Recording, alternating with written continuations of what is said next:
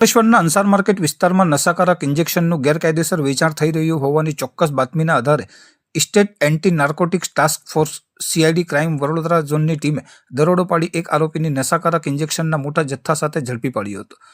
એએનટીએફના police sub inspector JP Mewad અને તેમની team રાત્રિ પેટ્રોલિંગમાં હતી. તે દરમિયાન અંકલેશ્વરના મદીના મસ્જિદ અંસાર માર્કેટ પાસે આવેલ ભાડાની દુકાનમાં તબીબી પ્રિસ્ક્રિપ્શન વગર નશા માટે વપરાતા ઇન્જેક્શન વેચવામાં આવી રહ્યા હોવાની માહિતી મળી હતી.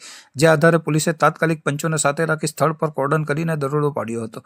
દરોડા દરમિયાન પોલીસે સ્થળ પરથી સરફરાઝ અહેમદ શમશાદ અહેમદ ખાન ઉંમર વર્ષ 31 રહેવાસી પ્રતિષ્ઠા રેસિડેન્સી શિફા હાઇટ્સ અંકલેશ્વર નામના શખ્સને ઝડપી પાડ્યો હતો. તેની પૂછપરછ તથા અંગઝડતી કરતા તેની પાસેથી પેન્ટાઝોસિન લેક્ટેટ ઇન્જેક્શન IP30 mgના પેકેટ મળી આવ્યા હતા. બાદમાં વધુ તપાસ કરતા બાજુની દુકાનમાં છુપાવવામાં આવેલ બોક્સમાંથી કુલ 540 નંગ પ્રતિબંધિત પેન્ટાઝોસિન ઇન્જેક્શન મળી આવ્યા હતા. ઘટના સ્થળે FSL અધિકારીને બોલાવી પ્રાથમિક પરીક્ષણ કરાવવામાં આવતા આ દ્રવ્ય NDPS એક્ટ હેઠળ પ્રતિબંધિત હોવાનું સ્પષ્ટ થયું હતું. પોલીસે 42,660ની કિંમતના 540 નંગ પેન્ટાઝોસિન ઇન્જેક્શન, ₹10,000ની કિંમતનો મોબાઈલ ફોન અને ₹820 રોકડા મળી કુલ ₹53,480નો મુદ્દામાલ જપ્ત કર્યો છે. પ્રાથમિક પૂછપરછ દરમિયાન ઝડપાયેલ આરોપી સરફરાઝ ખાને ખુલાસો કર્યો હતો કે આ નશાકારક ઇન્જેક્શનનો જથ્થો મુંબઈના આશુતોષ પાંડે નામના વ્યક્તિ પાસેથી મંગાવવામાં આવ્યો હતો. આથી પોલીસે આશુતોષ પાંડેને વોન્ટેડ જાહેર કરી તેની સામે પણ તપાસ હાથ ધરી છે. આ સમગ્ર મામલે Ankleshwar city B division police